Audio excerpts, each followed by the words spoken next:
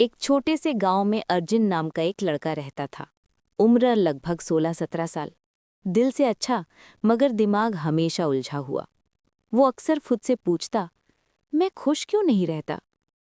उसके पास खाने को था, पहनने को था, दोस्त भी थे, फिर भी दिल में एक खालीपन था। मन में हमेशा उलझने, कभी भविष्य की चिंता तो कभी पैसों की टेंशन, कभी रिश्तों की। वो हर दिन यही सोचता रहता था कि मेरी जिंदगी क्यों ठीक नहीं है। गांव के लोगों ने उसे समझाने की कोशिश की, पर अर्जुन के मन को शांति नहीं मिलती।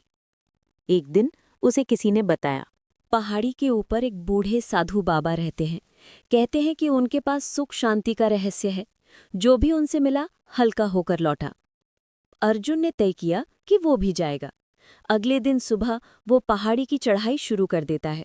रास्ता लंबा था, धूप तेज, पैर थक रहे थे, लेकिन दिल में उम्मीद थी कि शायद वहां उसे अपने सवालों का जवाब मिलेगा। कई घंटों की चढ़ाई के बाद वो एक शांत जगह पर पहुंचा। एक पुरानी झोंपड़ी, आसपास हरियाली, हल्की हवा और दूर दूर तक पहाड़ों का नज़ारा। वहीं बाहर बैठे थे एक बूढ़े साधु बाबा, सफ़ेद दाढ़ी, शांत चेहरा, चमकती आंखें। अर्जुन धीरे से बोला, बाबा, मैं खुश नहीं रहता, क्या आप मुझे खुश रहने का राज बता सकते हैं। साधु बाबा हल्का सा मुस्कुराए। उन्होंने अर्जुन की तरफ देखा और बोले, राज तो बता दूंगा, पर पहले तुम्हें एक काम करना होगा। अर्जुन उत्साहित होकर बोला, जो बोलिए बाबा, मैं करूंगा। साधु बाबा अंदर गए और एक छोटा सा चम्मच लेकर आए। उसमें सरसों का तेल था। बाबा बोले, इस चम्मच को पकड़ो और मेरे आश्रम का पूरा चक्कर लगाकर वापस आओ, लेकिन ध्यान रहे, चम्मच से एक भी बूंद गिरनी नहीं चाहिए। अर्जुन ने सोचा, ये तो आसान है। वो चम्मच लेकर चल दिया। वो हर कदम फूंक फूंक कर रख रहा था। आंखें सिर्फ चम्मच पर थीं, कहीं तेल गिर न जाए। कुछ देर बाद वो लौट आया। बाबा ने पूछा, अच्छा बताओ, रास्ते में जो फूल खिले थे वो कैसे थे? हवा कैसी चल रही थी? पक्षियों की आवाज सुनी? अर्जुन ने शर्माते हुए कहा, नहीं बाबा, मैं तो बस चम्मच देख रहा था। बाबा मुस्कुराए, यही तुम्हारी समस्या है बेटा। बाबा ने फिर कहा, अब दोबारा जाओ। इस बार आश्रम को ध्यान से देखना, पेड़, हवा, आवाजें सब महसूस करना, लेकिन तेल भी गिरना नहीं चाहिए। अर्जुन को लगा ये असंभव है, लेकिन उसने कोशिश की। इस बार उसने फूलों को देखा, इतनी खुशबू, हवा चेहरे पर लगी, कितना सुकून, पक्षियों की आवाज जैसे संगीत। आश्रम कितना शांत और सुंदर था। थोड़ी देर बाद वो फिर लौटा। बाबा ने पूछा, तेल गिरा क्या? अर्जुन ने चम्मच चेक किया, बस एक बूंद। वो घबरा गया, बाबा, एक बूंद गिर गई।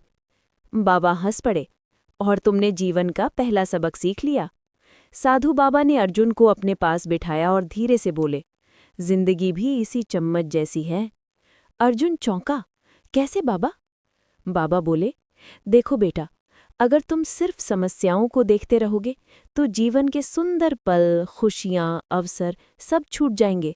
और यदि सिर्फ खुशियों के पीछे भागोगे तो जिम्मेदारियां हाथ से फिसल जाएंगी। खुश रहने का रहस्य यही है, जीवन की जिम्मेदारियां निभाओ, पर साथ ही रास्ते की खूबसूरती देखना मत भूलो। अर्जुन सुनता रहा। बाबा आगे बोले, हर दिन छोटी छोटी चीजों में खुशी ढूंढो। सुबह की हवा, चाय का स्वाद, परिवार की मुस्कान, किसी की मदद करने की खुशी। समस्याएं कभी खत्म नहीं होंगी, लेकिन खुश रहने का हुनर सीख लोगे तो समस्याएं तुम्हें हरा नहीं पाएंगी। अर्जुन जब घर लौटा, वो वही लड़का नहीं था। अब वो हर छोटी बात में खुशी ढूंढता। सुबह सूरज देखकर मुस्कुराता, चाय पीकर खुश होता, माँ के बनाए खाने की तारीफ करता, गुस्सा कम करता, शिकायतें छोड़ दी। वो अपनी पढ़ाई की जिम्मेदारी निभाता, लेकिन अब जीवन भी महसूस करता। लोगों ने देखा, अर्जुन बदल गया है। एक दिन उसके दोस्त ने पूछा, अरे अर्जुन, तुझे क्या हो गया है? तो हमेशा खुश कैसे रहता है? अर्जुन मुस्कुराकर बोला, क्योंकि अब मैं सिर्फ चम्मच नहीं देखता, मैं रास्ता भी देखता हूँ।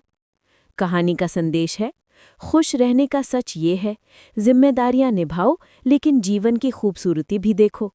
छोटी छोटी खुशियां पकड़ो, शिकायतें छोड़ो।